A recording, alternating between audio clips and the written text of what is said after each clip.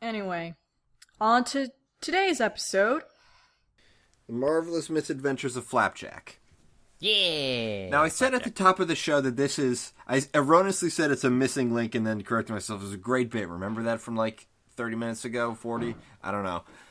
Is that this show is... It feels like it's a connector between the 2000s era cartoon style and what that was about and the modern era that started in full force with Adventure Time and then was is now exemplified by Steven Universe. Of just the sort of tones of the positivity versus the cynicism.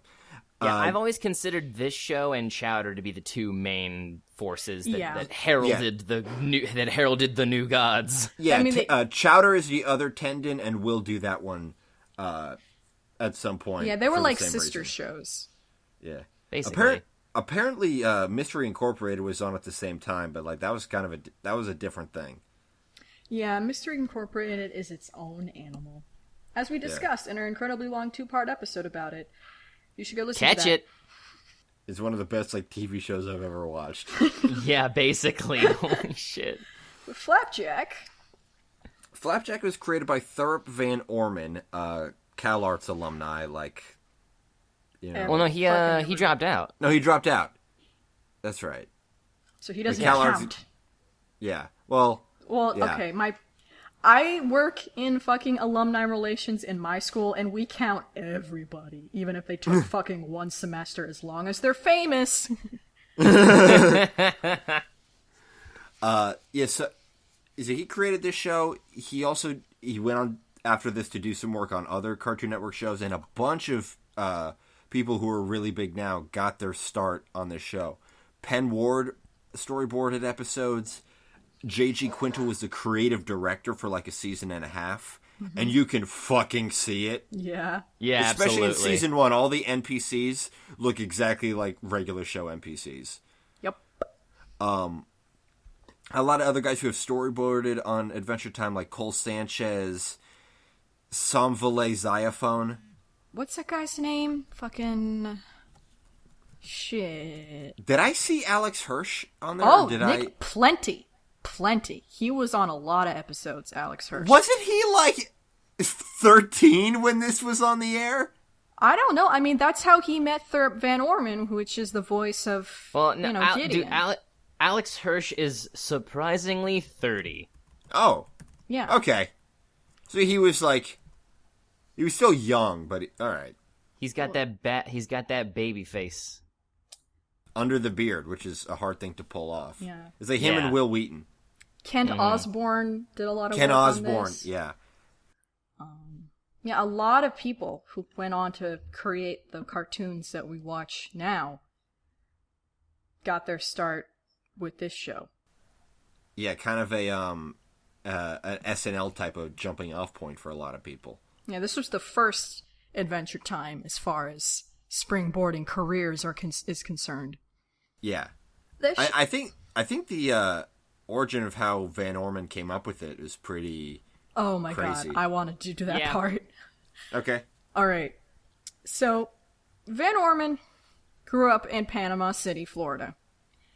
You know, me and Nikki lived in Florida for a good amount of time. We know what that's like. We've been to Panama. Panama's really nice.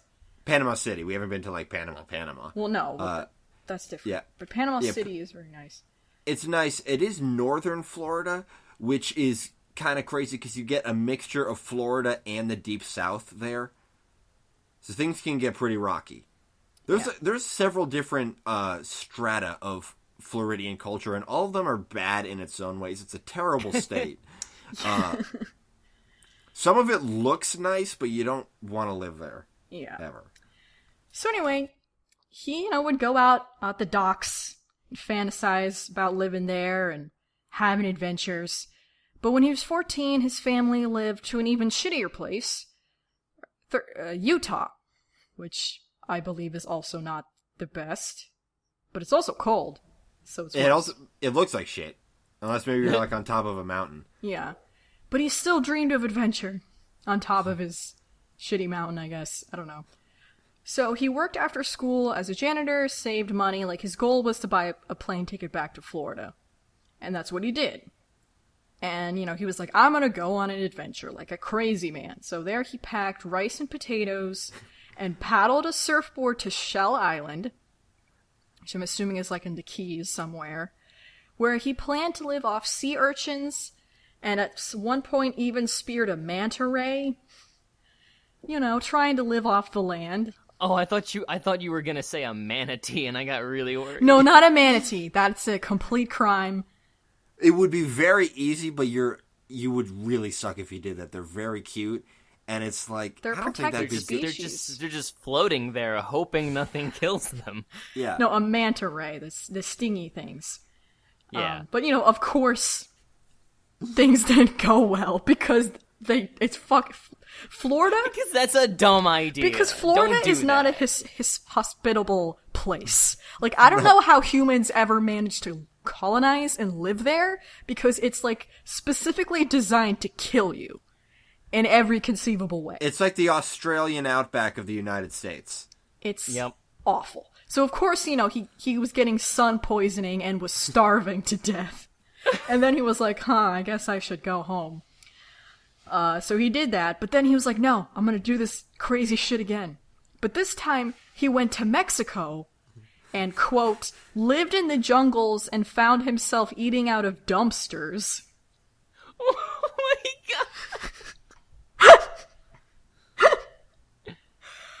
god! But he just thought that was part of the adventure. I love this man. Yeah. So you can see that reflected in the show itself, where like the title character Flapjack really likes adventure and is really enamored by the idea and the ideal of adventure, but all the adventures fucking suck. Yes. They're all bad. Half the time he doesn't even leave the town. They're just there. Sometimes he doesn't even leave the whale. So, Orman pitched the cartoon to Cartoon Network in 2001. He made a short. The pitch was initially rejected, but he did get a lot of feedback from it and was able to repitch it in 2003, wherein it was accepted as to be developed as a show. He got his start as like an intern at Cartoon Network, right? Because I know he boarded for Powerpuff Girls and stuff. Yeah, it's very likely. No, yeah. Because, like, I remember seeing his name. Because, like, there were... way back in the day, around when the show was first popular and around, he was one of those cartoonists that got a DeviantArt for, like, a month and then left. And he posted his whole origin story.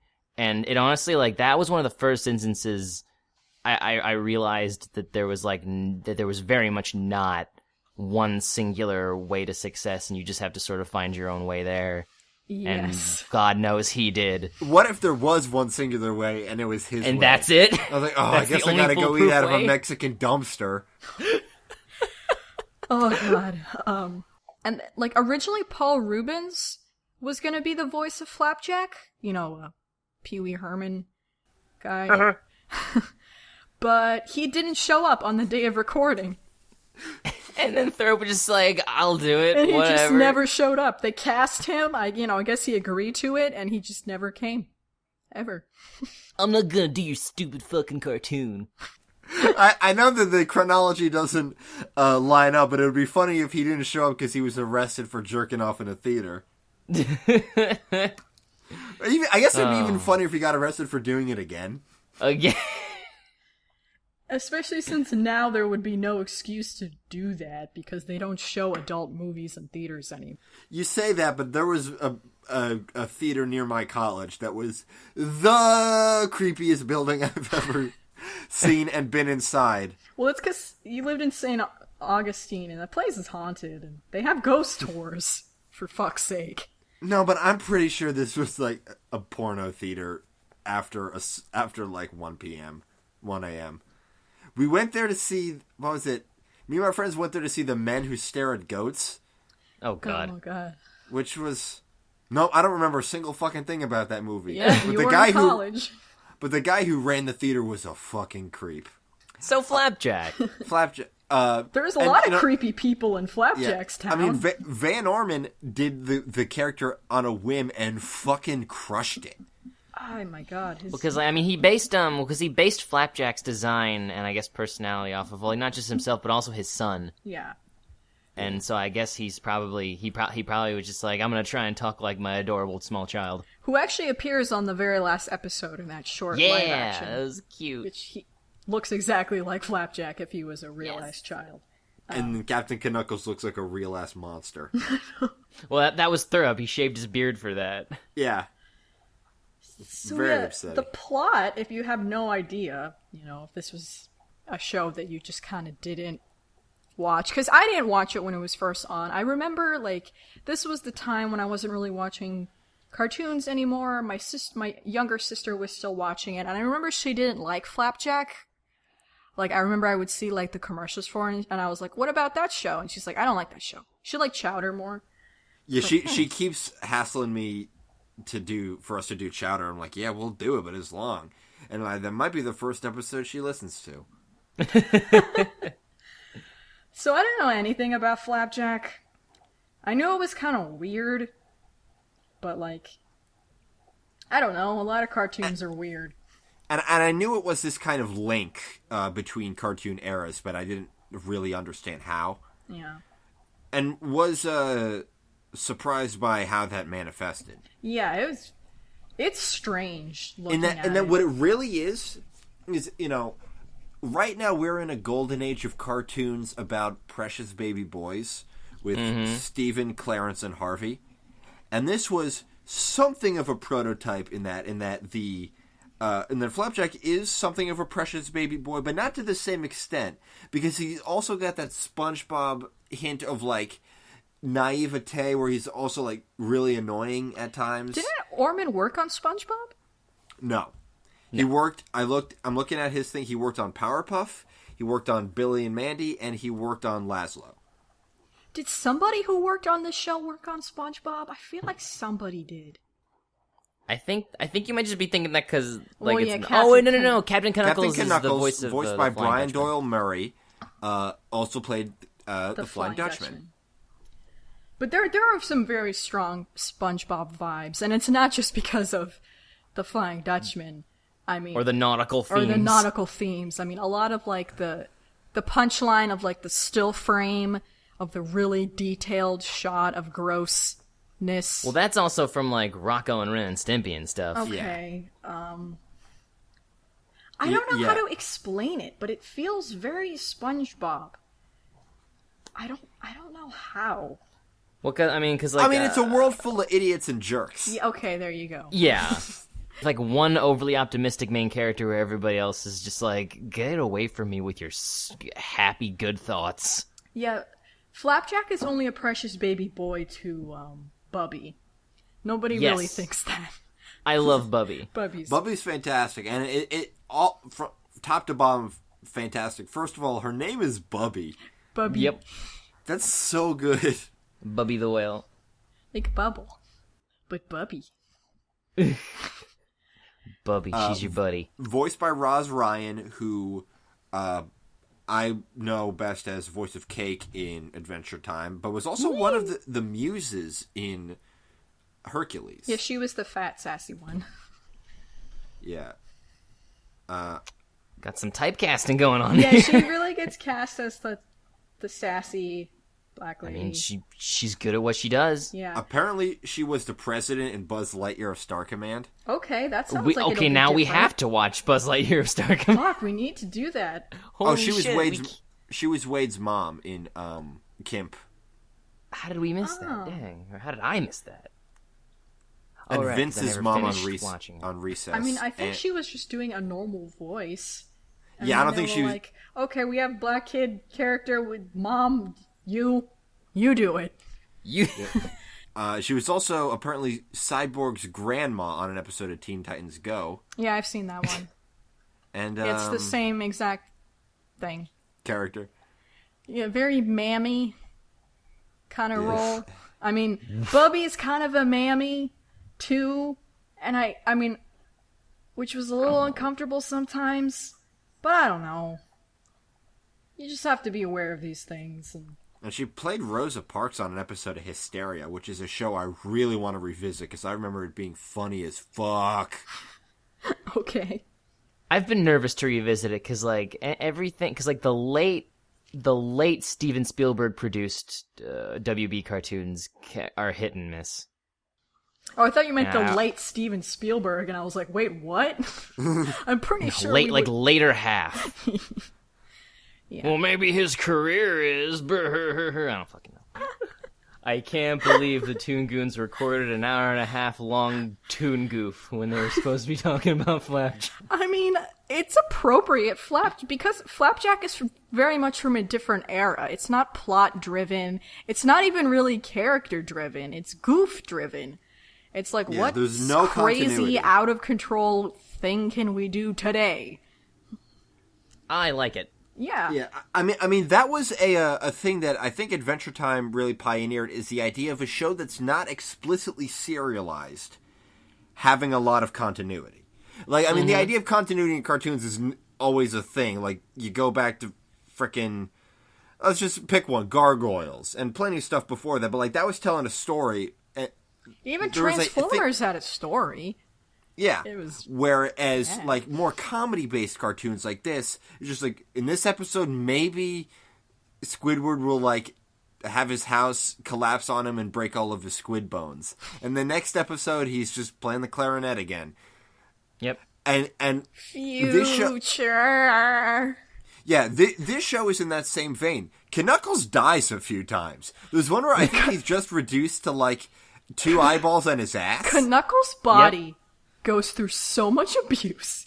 Like, Knuckles actually has a really appealing design when he's actually just depicted as a normal Knuckles. When he's on model. When he's just himself. But almost every episode he's reduced to this grotesque fucking monster, man. Well, just like the second you see him, like without just one, he'll lose just one article of clothing and it all falls apart, and you realize he's a mishmash. Like, the cutest example of that was the episode where he fell in love with the mirror of himself dressed as a woman, where he wore Flapjack's clothes and his man nipples were drooping below the hemline of the shirt. And I was just like, tuck those in. But after a while, I was just like, it's kind of cute in like a sad old man way. I don't know.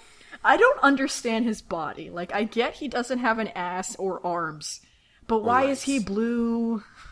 Why is he like a Muppet Man? Well, he's not all the way blue either. Whenever he takes off his shirt, he's like fades from blue to like skin color. And it's like, okay. It's like he was designed for a different show. I know. It gets really fucking gross. Yeah, I think the grossest was when Flapjack was like ripping off his lips. No, that was gross. I think the episode where, like, he just, like, food, and he eats that banana, and it goes super close into him eating this banana. And, like, all his pores are just gaping. It's just disgusting, man.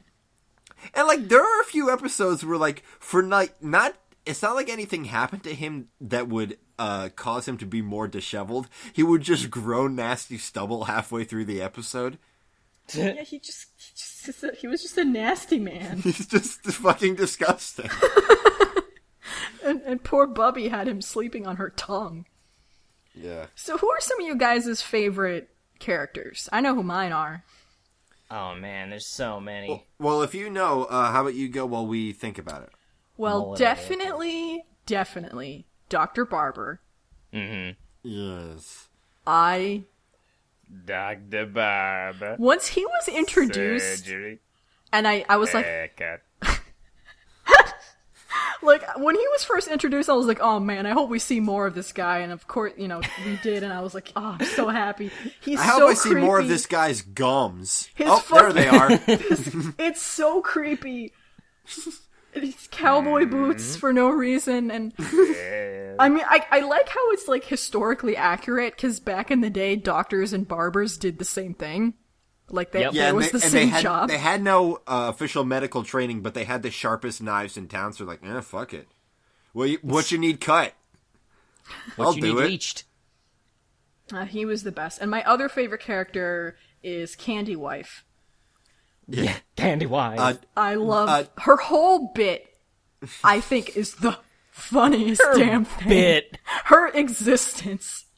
Every time, like, when they first, introduce her and they just kept zooming in onto this candy woman with her hand posed with the rings, and I was just like, I love this. I love this strange creature. And then, like, in the later half of the show, when Knuckles got a crush on her. Because she's made of candy. Yeah. Dr. Barber was and that voiced by whole, like, fucking thing they do every year when the storm comes in, where they always plan to rendezvous and, like, have this affair, like... Candy wife, man. She's more than candy. She's like plank or stump, but not wood. Yeah. She's like those characters. She's a trope, kind of. I love it. And the best episode for me was, of course, Candy Colleagues. Because it was a blend of my two favorite characters, basically. Where Dr. Barber had his own candy person in his life. Oh my god. And it was my favorite. Yeah. Dr. Barber was voiced by Steve Little, who plays Peppermint Butler, Abracadaniel, and Turtle Princess, and the Duke of Nuts on Adventure Time. So it was weird for me to hear him not do a ridiculous falsetto voice. He also played Lollipop Deck, which is just Lollipop Deck. Which is like, you start with a normal guy's voice, and then you make it a little weird. Yeah, that's basically who Lollipop Deck is. He seems like a normal guy, but then the more you see him, the more you know he isn't. You know what Lollipop Deck's comedy bit is? It's like the opposite of a knock-knock joke, where it's the same punchline but a different setup every time. Everybody in the show is also like gross and got all these weird, unappealing curves on them. I know, they're all and so recessed weird. lips. I mean, Bubby is the most visually appealing thing on the entire show. She's a child's drawing of a whale. She is. She's a whale with a smiley face on it. So cute. And teeny tiny flippers. Yeah, and her teeth are wrong, but who cares? Who cares? G.J. Quintel was the creative director, at least in the beginning of the show, and he puts human teeth on all kinds of animals that don't have them. Look at fucking Mordecai. I still haven't reconciled. He put human teeth on a gumball machine. Man. But with Bubby, it's funny because how she has that, she's bigger on the inside and the whole interacting with the teeth, like their doors and stuff. And like they're different kind of doors in every episode. Like one time they were like Japanese sliding doors. Yeah. I don't know. The show's so weird. Who are you guys' favorite characters that we haven't talked about yet? Well, I mean, there's Peppermint Larry, and I like to point out that he's played by Jeff Bennett, doing a very, what's a good word for that voice? Jeff Bennett. Yeah. Well, very foppish. And, like, we were watching that video of Bree Newsom taking down the Confederate flag, and you're like, that cop sounds like Peppermint Larry. It's like, ma'am, get off the pole! I can't do it. Ma'am, get off the pole! Exactly. There we go. I should just, like, every time I'm about to do an impression, just type it in the Skype chat and just have Tooch do it. Fuck. Pretty much. That's what we have him for, Nikki. Tooch, we should do, like, a Be Kind Rewind, but with cartoons. Oh my god. Yeah, let's fucking also I'm never down. seen that movie. It's okay. It's like a... Yeah, I love Peppermint Larry too. Yeah, you can tell Jeff Bennett had a lot of fun with that role. Oh my god. He had a lot of gums too. Yeah, him and Dr. Barber, like, Quite gums gummy for days. characters. And the candy barrel.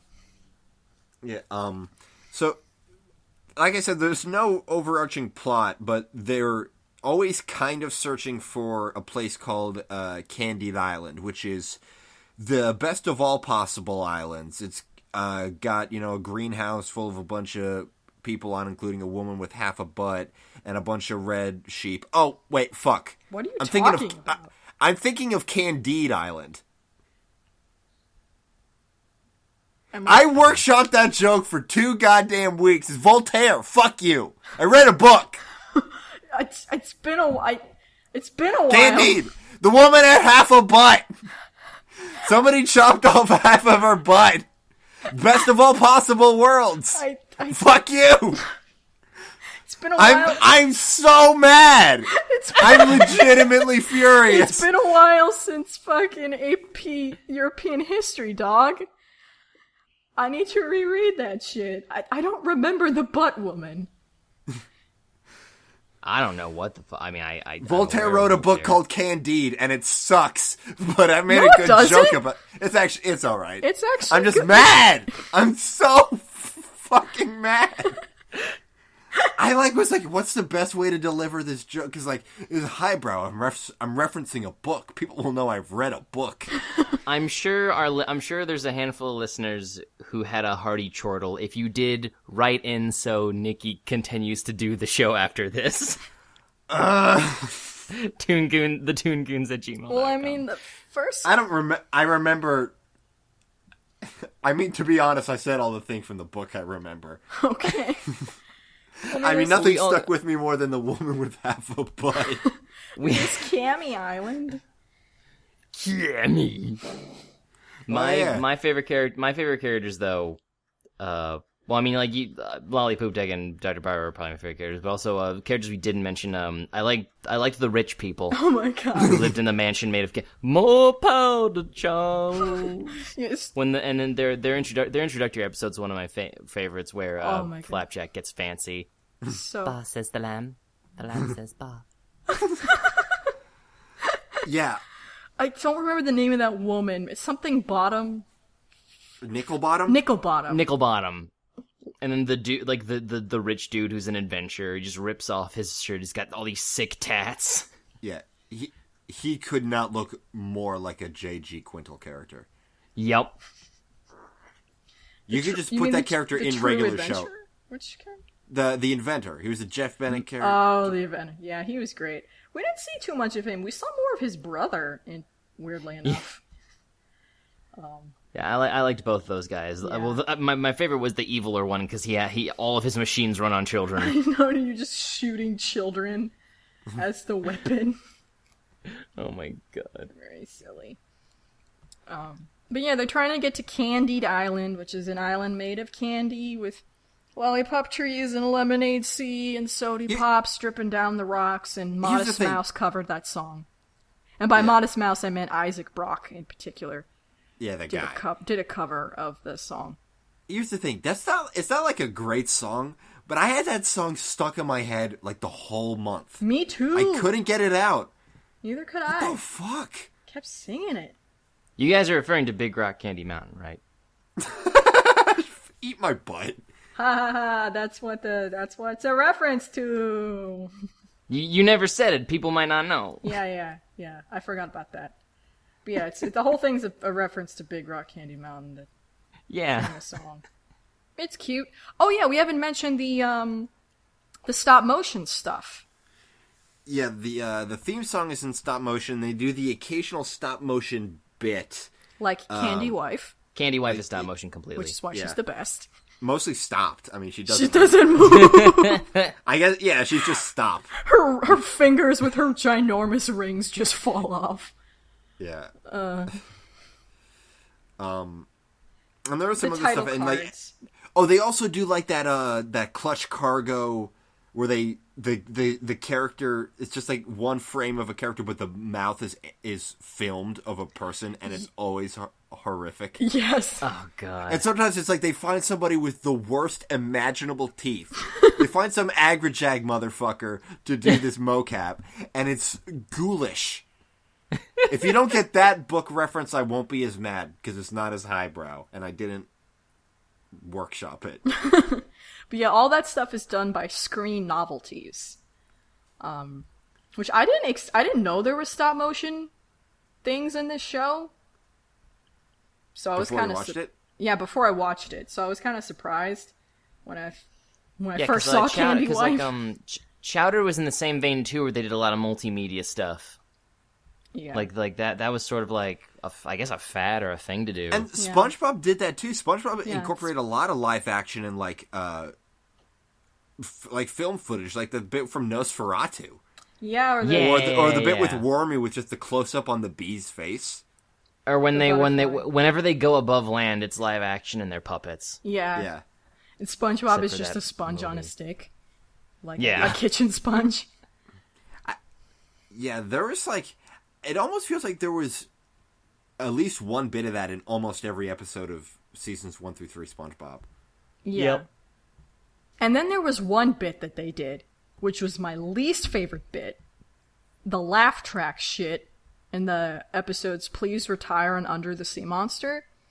I think that was footage from Howdy Doody or something. That was so obnoxious. It never stopped. I was gonna rip my ears out. I was like, they better not do this shit again. I can't. Apparently, according to Orman, they did it because he didn't feel like the episodes were very strong.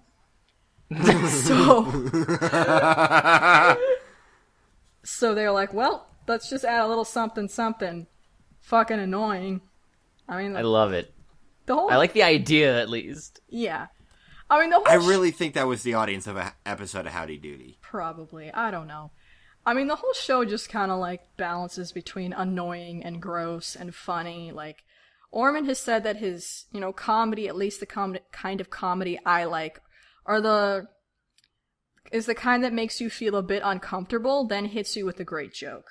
So, Yeah. which you can definitely And also, see. when another post that Thurup would do on his DeviantArt before he left it, like any sane person did. Call it DeviantArt for a reason. It's it's upsettingly prophetic that they called it that. Yeah, but because obviously Flapjack was one of those shows where older people who either watched it or didn't were just oh man, you guys must be on some crazy drugs, and then I die inside. And he was one of the first people in the industry who I saw actually come out publicly and be like, no man, he wasn't mad about it because he's the nicest, jolliest bearded man on the face of the earth right behind. Doesn't he Penn, have a twirly mustache? Yes, he does. Of course he does. He came out and said well, no, we workshop ideas, we have plots, and we write it out on boards and stuff. We think of this stuff. It takes skill, it takes time, it takes writing. This is a written, drawn, thought out show. Yeah. That's the most reductive thing you can say to a creative person. Yeah. Yes. They're like, oh, did it just come to you? Fucking it's no. No, it's how many drugs did you take? It's there's only two things I can guarantee were definitely made on the influence of drugs: later Beatles stuff, and Katamari Damacy had to be. I mean, here's the thing about getting high: it makes it really hard to do anything, especially something that takes 9 months. Anybody who doesn't do anything creative, whether it be a hobby or a career, I guess I understand where it's coming from, because people who don't do creative things regularly, they just don't understand how people do it. So they assume well, clearly they must be changing their mental state, because if I can't do it, no one else should be able to. Yeah, they think you just shit that stuff out it just comes. Your finger, you just kind of go with your finger like a printer and art happens. And it's no, I remember when my dad first learned about the production of Archer, and he was like, man, can you believe it takes 9 months? And I was like, yeah, every cartoon does. And he's like, yeah, but Archer, it's not this. You mean Adventure Time? There's no way, that's so simple. I mean, Archer's got all this shading. And I was like, Dad, it takes 9 months for every cartoon. Every cartoon except South Park, which takes 9 hours. Yeah, yep. People really don't realize that. No. At all. That's why we're doing this. Anybody who thinks cartoons are easy, we'll make them listen to this, and then also read Rocko's Modern Life creator Joe Murray's book. He wrote a cartoon guide. I forget what it's fucking called, but I love the shit out of that book. And it's not even how to animate. It talks about the production of animation. Yes, and I love the shit out of that book. I think more people should read, because I have a lot of friends who are animation majors, and they have creating animated cartoons with character. Yeah, they have a lot of ideas about what they want to do, and they're very critical when they watch movies and animation and such, because that's what they do, and they're like, it's not magic for us. And I'm like, I understand that. I'm not saying it's magic. I'm just saying that you have no idea what it's like to actually make a show with people and executives. You can't just sit there and be like, well, I wouldn't have done it that way. And it's like, yeah, you're one My person. precious vision! Like, Eat a dick. I must be pampered! If you're not, either eat a dick or read Joe Murray's book creating animated cartoons with character. One of those things, possibly both. You Don't got really two care. hands, idiot.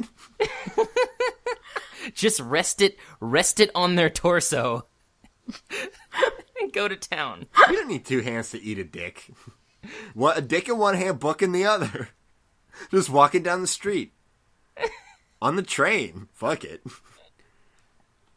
See, I'm imagining the dick being disembodied, like sold on a stick on a street side food cart. Oh, dick stick. Yeah, deep fried or something. Just put it in a hot dog bun. But for example, like, of how things change in production, like, Bubby was originally designed as, like, a submarine instead of just, like, a whale. Like, all these things, they go through all this anthropomorphic? process. Yeah, I sent you a picture in the Skype, but it's a whale-shaped submarine with, like, the window is the eye. Oh, cute. Yeah, but it's a very different vision, and that's how these things work. You go through a million drafts, even for something as random seeming as this show.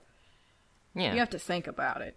There's a lot of fucking thought put into it. Mm-hmm. I can only speak about people undermining cartoon production mad, because I get it all the time, and even when you explain it to people, they still have this air of like, well, yeah, but it can't possibly be as hard as you're making it out to be. It's like, why not? Like even other artists and industry people, like the dude who directed Rango, that was his first animated feature film, and he thought it was gonna be so much fucking easier. Yeah, no, wasn't. He learned a lesson. Everybody every director in Hollywood should have to direct at least one animated movie. I think that would make the world a better place. But that shouldn't make you from wanting to try. Like, for example, there's this adorable, like, unofficial episode that this guy's 5-year-old son did of Flapjack. It's on YouTube. You can find it. It's called The Day They Found Candied Island, because I guess the kid was really disappointed that they never found Candied Island. So he, and if you're 5, that's okay. And he drew these he made this whole little short thing, I mean, it's obviously just, like, still illustrations that he drew. But it's so cute, you guys. It's the cutest. And I'm sure Thorup dug the shit out of it. Oh, I'm sure. It's still on YouTube. You can find it. It's so cute. It's the cutest. So, but it was probably a lot of work for that kid. He drew a lot of pictures. Yeah. So yeah. Sit down and draw 10 pictures right now. You'll be tired at the end.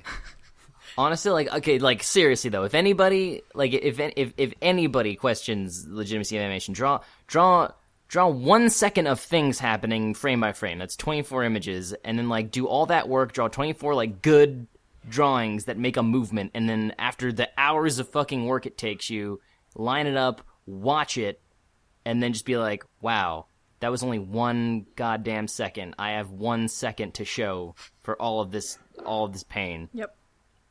That's all. Do it and realize that anybody who runs a 22-minute at least, or 10 minutes, so many episodes dang season, these people are gods among men. Or women. Gods among mankind. Humankind. Yeah. I mean, and this is part of the thing, like, I'm going to bring it back to Last Dinosaur. I bet there are people who are like, yeah, they can make a movie in 6 months. It's a cartoon, whatever. Wow. You can't make an 11-minute cartoon in 6 months. Nope. So anyway, that was a good lecture, I would say. Lessons learned. The part of a possibly recurring segment where I would like to start on Toon Goons called "Can Everyone Just Be Cool for a Second?" Yeah. I think it'll show up a lot in news stuff. Probably. So this show had 3 seasons, but the 3rd season was cut in the middle. It was canceled in the middle of the 3rd season. There was also some shorts, which I forgot to watch. I think they're really hard to find. Yeah. Yeah, because didn't they air before the show? I remember a couple shorts came out before the show actually aired. Yeah, apparently they aired in 2007, and the show didn't start until 2009. There was one about a fish. Like, Flapjack does some stuff with a fish, like a dead fish he finds in a fish market. Yeah, that sounds like something he would do. Oh, fuck. What? That episode with the fish, like, from season 3 where Flapjack's like, I'm trying to catch a fish or whatever, that fish. Yeah, they think it's a candy fish. Yeah, do you know who that fish was played by? No. I feel like I'm going to remember when you tell me. The same actor also played the captain who, like, had the 2 peg legs, and, like, I guess this is also season 3 who hired Knuckles to show them where to get candy, and I was like, oh. And that whole thing, both of those characters were voiced by Biz Markie. Oh my god. Oh my gosh! Who then later went on to voice that slug in that season 1 episode of Adventure Time. Yeah! Yeah, I love that slug! Yeah, his courtship ritual was so good. It's just, he beatboxed while spinning swords around, and all the ladies love him. I mean, That's a really good... I don't know of any other way to get women, so makes sense to me. Yeah, that was Biz Markie. I guess there was a little bit where he was like, I want to do cartoons. I made one rap song that people really like. The Beastie Boys haven't needed me for a minute. But yeah, the show was canceled in 2010 with only 6 episodes of that 3rd season. And people only knew that it was going to be the last episode airing because, Orman posted on his DeviantArt. He told the fans that, like, hey, we're going to do our finale. And everybody was like, what? The show has a finale? Speaking of DeviantArt and, like, ending, I remember the one thing he did do on DeviantArt that was cool was because in the Love episode where Flapjack falls in love, they had that montage of fan art.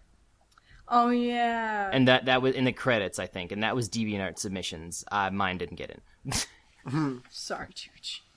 This whatevs. I think because, like, I forget, because it's like, it was just like, it's just like Valentine, he just asked for, like, Valentine's Day themed stuff, but then, like, the ones they picked had, like, a slightly more specific theme than mine was. They were more focused towards a specific thing, and I was like, oh, you should have fucking said so. Hearts? No, I forget what it was, but yeah, regardless. Yeah, well, it was still fun to draw. I mean, that was a good episode. I'm not that bitter. I'm more bitter about, I'm too vented out from the last segment where we just yelled at people about cartoons, so yeah, I'm not bitter about it. Yeah, that episode was great. That was the introduction of Sally Syrup, voiced by Jackie Bascarino, where, Flapjack falls in love and all the hearts appear, and then they start, and fucking Knuckles and Peppermint Butler start this fucking candy ring of just, like, abusing this child and making him produce all these hearts. He can't go to sleep or anything. So they can sell it, and then they turn out to be gnats. Blood gnats. Love it. It was great. That's the kind of episode you can expect. Peppermint Butler is... Peppermint Butler. Peppermint Larry is weird. Crossover Cartoon Network. It writes itself. Not really. But the guy is, like, at first I thought he was, like... I mean, yeah, he was kind of foppish and funny, but, like, the more it went on, I was like, this guy is just fucking weird. They're all weird. With his dead rat puppets. Oh my god, I forgot about that. It was like... and was it Punzi? Fuck. What was his name? Punzi McHale? Yeah. Punzi McHale. Played by Pat McHale. Yeah. Punzi McHale. Real asshole. Other characters we haven't talked about. 8-Armed Willie, which was sort of set up like he was gonna be a bigger deal than he was, but he really didn't show up. I assumed that they just couldn't think of enough shit and just dropped him. Yeah. That happens in cartoons sometimes. Yep, we got the Doc Hag, which is responsible Played by Darren Norris. Yeah, she's responsible for one of the grossest scenes, where she makes Knuckles kiss her big toe, which... Oh, God. She has one... What even was it? It was, like, in between her... it was gross. It was really gross. But she's indescribable horrors of Lovecraftian proportion. Clearly, oh my god, can't be put into words. I love how like the whole time in the fucking town, like speaking of her, you know, they're like, who does she work for? And they're like, oh, the mayor. And then they find out that there is no fucking mayor, and there hasn't been the whole damn time. Wow. And not even the assistant knows about it. But then the dog becomes the mayor, and it's great. Yes. Nikki, that dog song, I know you must love that song. That song is like right up your alley. They used it like twice in the first episode with the dog. What was his name? He was Madame Nicklebottom's dog that ran away. That pug? Yeah, that cute puggy who then I remember all his flippy tricks. I don't remember the song. Well, it wasn't like words, but it was like they used it in like the montage when Knuckles was bonding with him, where it like uses the barking noises as like the percussion. Like it just seemed like it's coming back to me. It just seemed like something you would love. Yeah. Like a silly dogs. man that you are. All right. And then I don't know. Dog was great. Dog became mayor. Who else? The urchins? The sea urchins. Not much to say about them. I Nah. don't think. Oh, Neptune. Voiced by J.K. Simmons. Crushing it. Oh my god. Oh, by the way, he's also going to be in Kung Fu Panda 3. We don't know as what yet. And we may have mentioned that before, but his name was in that teaser. He was in 2 episodes and he was so good in both. He's a so good actor. Yeah. Have you guys heard of this J.K. Simmons guy? He's a really talented up-and-comer. He was in the Low Tides Day special episode. Oh, maybe 3 episodes then. Yeah, he was in a couple. There's one with the moon. I love the moon one. I'm the king of the moon! Moon king. I just love the idea. Like, don't trust strangers, even if they say they know me. The best part, though, was the season 2 finale. It was just like, and then Flapjack sailed with the other sailors, going on adventures for the rest of his days. Daddy, that's ending is bad. Change it. Like, what? You guys were there. This isn't a fairy tale. This is my diary. And he would go back and forth between being live action and... Oh, yeah, there were live action elements to him. Yeah. He was great. I liked him a lot. Who played the moon? Yeah, who did play the moon? Because that guy's voice was weird. Yeah, the episode with the dog was called Rai Rub Through. Rai Rub Through. Low Tidings was just really great. I love how the fucking punishment for being a bad kid is to be thrown in a sack and getting beaten up by mermen. It's very Roman. It's just a hilarious image. I mean, any time that Captain Knuckles has like a flashback, it's solid gold. Well, of Brian Doyle Murray doing that like freaking crazy voice he does, where it's his gross raspy sailor voice, but also a high pitched little kid. Yeah, it's 2 things at once. Captain Knuckles, fucking, I love it.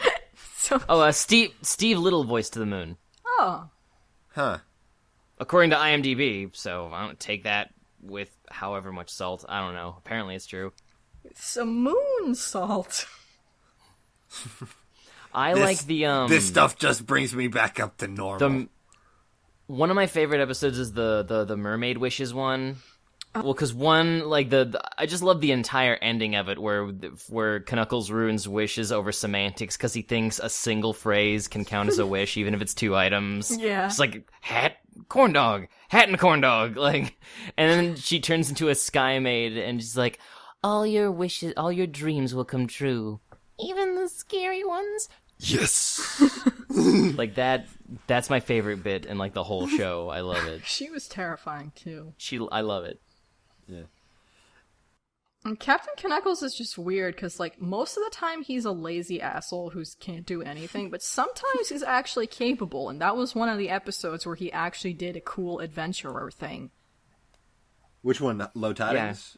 No, the one with the mermaid tears. He stole that mermaid heart. Yeah, he did something, but we didn't see it.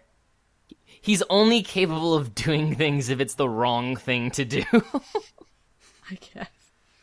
That recurring scream that they did whenever they zoomed in on something gross was a pretty good show bit.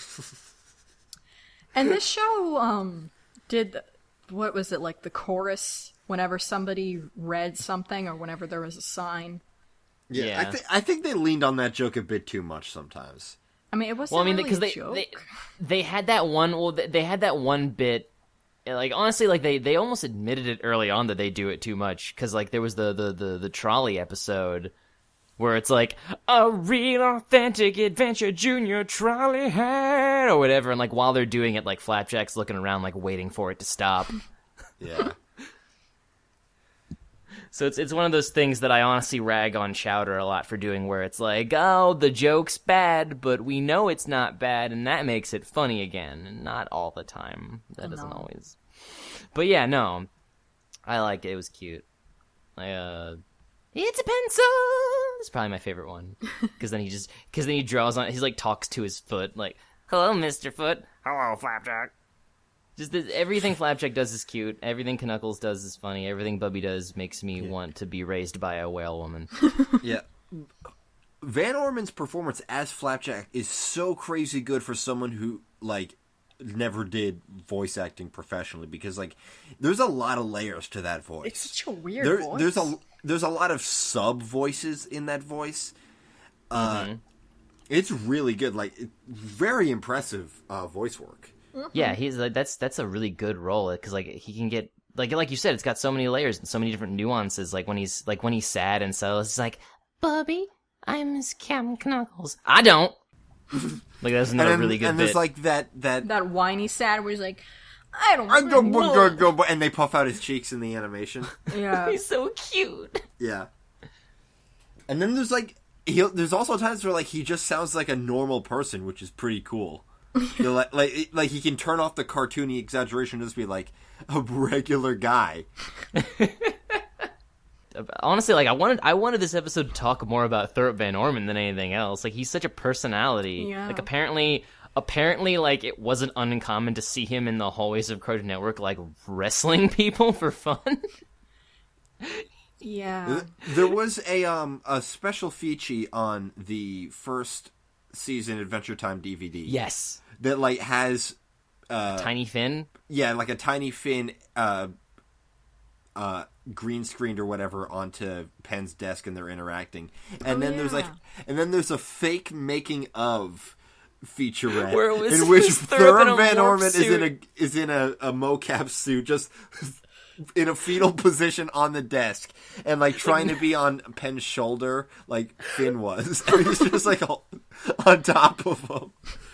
Just like knocking everything off of his desk violently. Strange, lumpy man. His beard's like in the way of some of the fucking ping pong balls on the suit.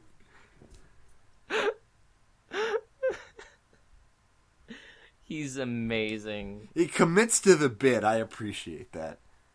Yeah. You got anything else to say about this one? I mean, the show... No, I guess we don't. I guess not.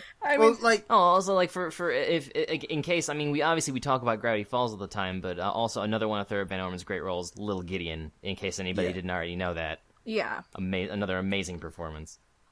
And apparently he provided concept art for a film adaptation of The Little Prince. Huh. I'd like to see some of that. And apparently he's working on something about Vikings. We'll see. This show, like, watching it, if you've never watched it before, but you have watched stuff that came before and after, a lot of stuff is going to fall into place. Yeah. You really can't see how it is a transitionary work. I still feel like it's honestly more closely in line with 2000s cartoons than 2010 cartoons. Yeah. Yeah. Because it is gross and everyone in it sucks. Like, the more I think about it, the more it is very reminiscent. It is very reminiscent to SpongeBob in tone. It's, it's that kind of funny show. It's like the swan song of that era, really. Yeah. It is very much from a different era. I felt that way a lot when I was watching it, where I was like, man. I love that, like, it's from a different era, but the era was, like, 2008. Yeah. But it's a very small pocket of cartoon history that I don't have nostalgia for.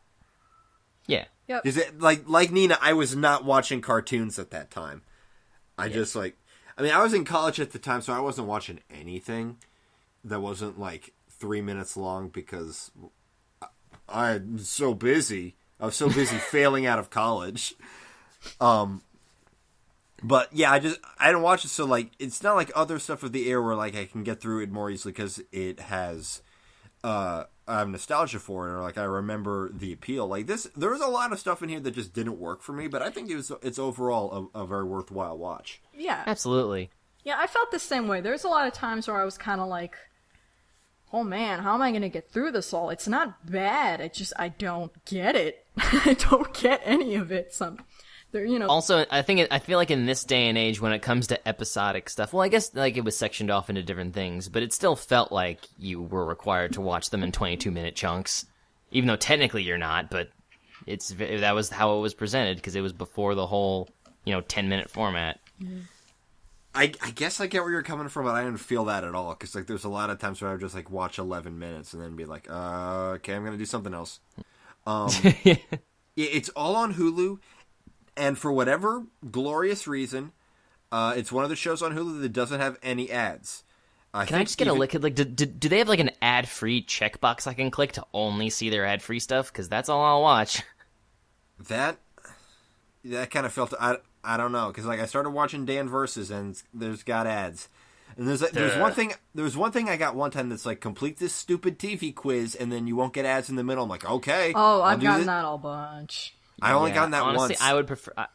It wasn't so much a quiz, but it was also I've gotten like watch this long full-sized commercial, and you don't have to watch a whole bunch of tiny 30-second ones. I'm like, great. Yeah, can we please just don't do that? understand why that can't just be the model. Like, I would be so much more happy. It buffers better that way too. I know, you just watch one like minute 20-second thing in the beginning, and then you can just watch your episode. Hulu's terrible. Hulu's terrible unless they want to sponsor us, in which case we will only talk about the things about you that we like. Great anime selection. Great sell. So many animes. They've got a lot of good stuff on there. For whatever, they've got like all of Lupin the Third, even the stuff that didn't get dubbed. Yep. Yeah. That's what I've been watching on Hulu. Yeah, so unless you guys have any other closing remarks? No. Said my piece. It's pretty great. I love it. It's a classic, I would call it.